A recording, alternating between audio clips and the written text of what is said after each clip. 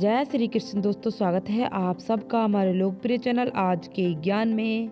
माघ माह का महंत 18वां अध्याय प्रारंभ करने वाले हैं। बता दें कि लास्ट वीडियो में 17वां अध्याय बता चुके हैं, तो आप जरूर उस अध्याय को देखें। कथा प्रारंभ करने से पहले वीडियो को लाइक शेयर जरूर करें। कथा प्रारंभ करते हैं। श्री वशिष्ठ ऋषि कहने लगे, हे राजन, मैंने दात्र जी द्वारा कहा माघ मास का महंत कहा है। अब माघ मास के स्नान का फल सुनो।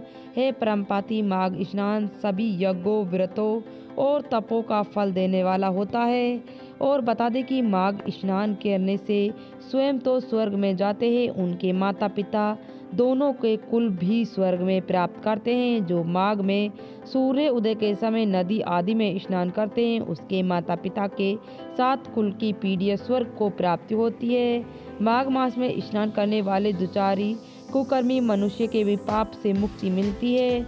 इस महीने में हरि का पूजन करने वाले पाप से समुदाय से छुटकारा पाकर भगवान का सदैव शरीर वाला होता है। यदि कोई आलस्य से भी माघ में स्नान करता है, उसके सारे पाप नष्ट हो जाते हैं। जैसे गवर्धन कन्या राजा के शराब से भयंकर फलों को भोगती हुई लोमची रची के वश में माघ स्नान करते सारे पाप धुल गए।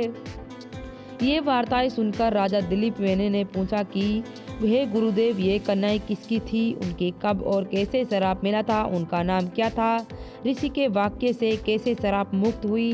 उन्होंने कहाँ पर स्नान किया था? आप विस्तार पूर्वक सब कथा कहिए। वशिष्ठ जी ने कहने लगे, हे राजा, जैसे अरण्य से स्वयं अग्नि उत्पन्न होती है, वैसे ही कथा धर्म और संतान उत्पन्न होती है। हे राजा, सुख संगति वाले गंधर्व की कन्या का नाम विमोकिनी थी।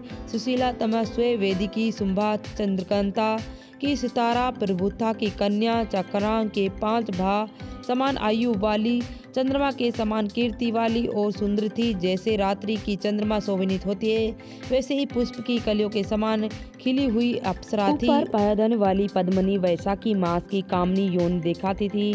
नवीन पत्तियों वाली लताओं के सुंदर गोरे रंग, सोने के सुंदर चमकती हुई सोने के अलंकारों से शोभित सुंदर वस्त्र धारण किए, अनेक प्रकार के गानों और वाणी तो बंसुरी द्वारा बाजे बजाने में प्रणय और तल स्वर नृत्य कला में निपुण थी। इस प्रकार की कन्याएं कीड़ा करती हुई कुबेर स्थान पर विचित्र हुई थी। एक समय कतवाल माघ मास में एक वन में दूसरे वन में विचरण करती थी। मंदिरों को पुष्प तोड़कर सरोवरों में गौरी पूजा के लिए लेती थी। स्वच्छ जल के सरोवर में स्नान कर वस्त्र धारण कर मौन ही बोली मिट्टी की गौरी बनाकर चंद्र कपूर कुमकुम और सुंदर कमलों का उपचार सहित पूजा करते हुए 5 कन्याएं तल नृत्य करने लगी। फिर ऊंचे ऊंचे गंध स्वर से सुंदरी गीत गाने लगी। जब कन्याएं नीचे और गाने में लीन हुई, तब उस समय अछंद नाम का उत्तम तीर्थ वे वेदीनाथ नाम के मुनि के पुत्र अग्निपाल ऋषि स्नान किया करता। वे युवा ऋषि सुंदर मुख कमल, सुंदर नयन, विशाल छाती, सुंदर भुजा वाला, दूसरा कामदेव का समानता शिखाए संद दंड के लिए मार्ग छंड ओढ़ी के धारण किया था। उसको देखकर 5 कन्याएं मोहित हो गई।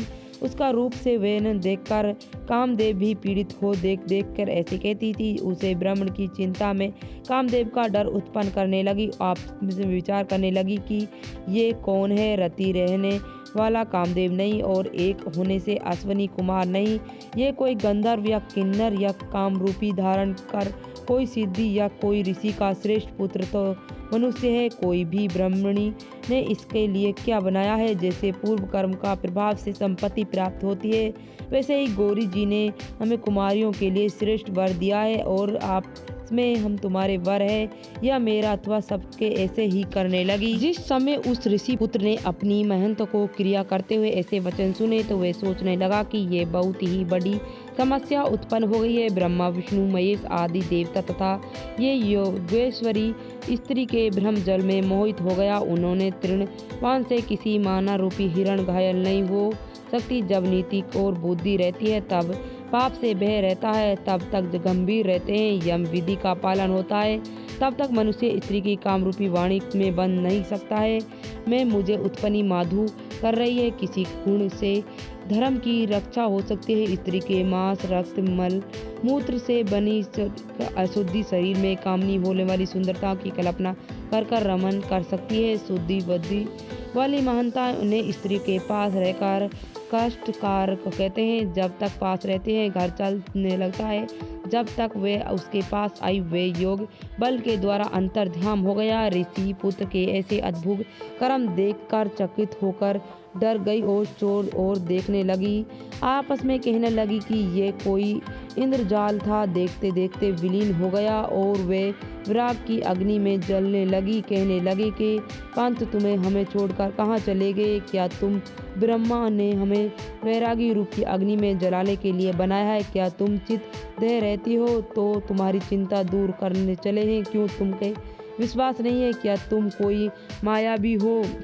बिना किए अपराध हम लोगों पर क्यों क्रोध करते हो? तुम्हारे बिना हम नहीं जिंदे हैं। जहाँ पर आप रहोगे वहीं शीघ्र चले आओ। हम आपके दर्शन दो। सज्जन लोग किसी का नाश नहीं करते। तो ये अध्याय यहीं समाप्त होता है। ये माघ माह का महंत 18वां अध्याय था। अगर वीडियो अच्छी लगी है तो वीडियो को लाइक शेयर जरूर करना। अगला अध्याय अगली वीडियो में कमेंट में जय भगवान विष्णु और माता लक्ष्मी जरूर लिखना।